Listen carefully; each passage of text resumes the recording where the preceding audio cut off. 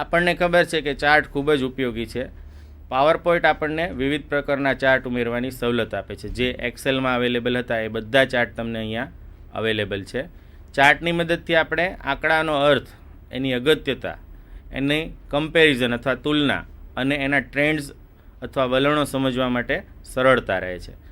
Power પોઈન્ટમાં તમે જેવો chart ઉમેરશો એટલે એક એક્સેલ શીટ ઓપન થઈ જશે, જેમાં તમે તમારા રો અને કોલમના ડેટા દાખલ કરી શકો છો. જો તમારે નવો ચાર્ટ ઉમેરવો હોય તો ફરી પાછું તમારે ઇન્સર્ટ ટેબનો જ ઉપયોગ કરવાનો છે અને ઇલ્યુસ્ટ્રેશન ગ્રુપમાં ચાર્ટ છે જેમાંથી તમે ચાર્ટ ઉમેરી શકો છો. તમે અગાઉથી જો ચાર્ટ બનાવેલો હોય એક્સેલમાં તો એ પણ તમે ઉમેરી શકો છો. હવે આપણે ચાર્ટ કઈ રીતે ઉમેરવો? તો ચાર્ટ ઉમેરવા માટે તમારે ઇલ્યુસ્ટ્રેશનના ચાર્ટ ગ્રુપનો યુઝ કરવાનો છે. દાખલા તરીકે મારે કોલમ ચાર્ટ બનાવવો છે તો ચાર્ટનો ટાઈપ પસંદ કરી અને ઓકે આપતા એક એક્સેલ શીટ ઓપન થાય છે, જેમાં તમારે રો અને કોલમમાં માહિતી દાખલ કરી શકો છો. જેમ કે અત્યારે હું બધા ફ્રૂટના નામ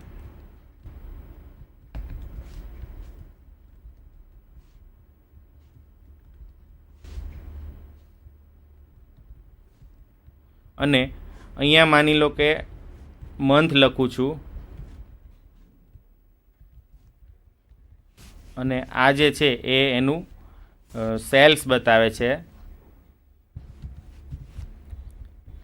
લેક્સમાં, તો એ પણ હું અહીંયા લખી શકું છું.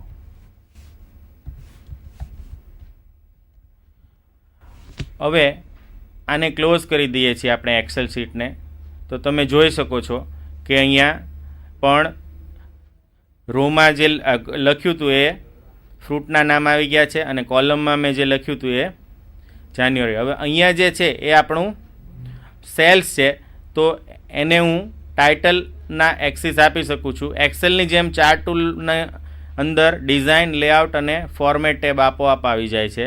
દાખલા તરીકે હું ડિઝાઇનમાંથી અહીંયા પ્રીડિફાઇન લઈ શકું છું, તો ચાર્ટ લેઆઉટ બદલી શકો છો ઝડપથી. હવે માની લો કે મારે ચાર્ટની એક્સિસને ટાઇટલ આપવા છે, તો એક્સિસમાં ટાઇટલમાં જઈ અને ટાઇટલ બિલો એક્સિસ આપીશ. તો આ બધા સપોઝ ફ્રૂટના નામ છે, તો હું અહીંયા ફ્રૂટ્સ લખી રહ્યો છું.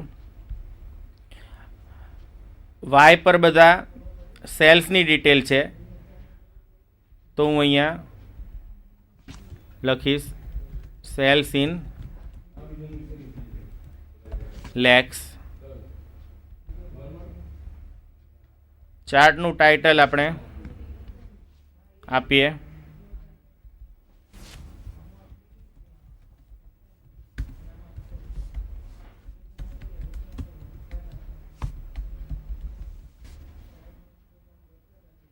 આમ તમે સહેલાઈથી ચાર્ટ ઉમેરી શકો છો.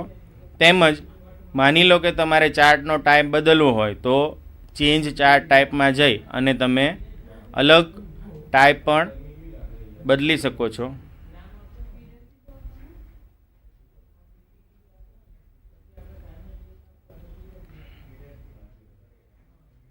જેમ કે મારે લાઇન ચાર્ટ બનાવવો છે, તો લાઇન ચાર્ટ તરીકે આવે છે.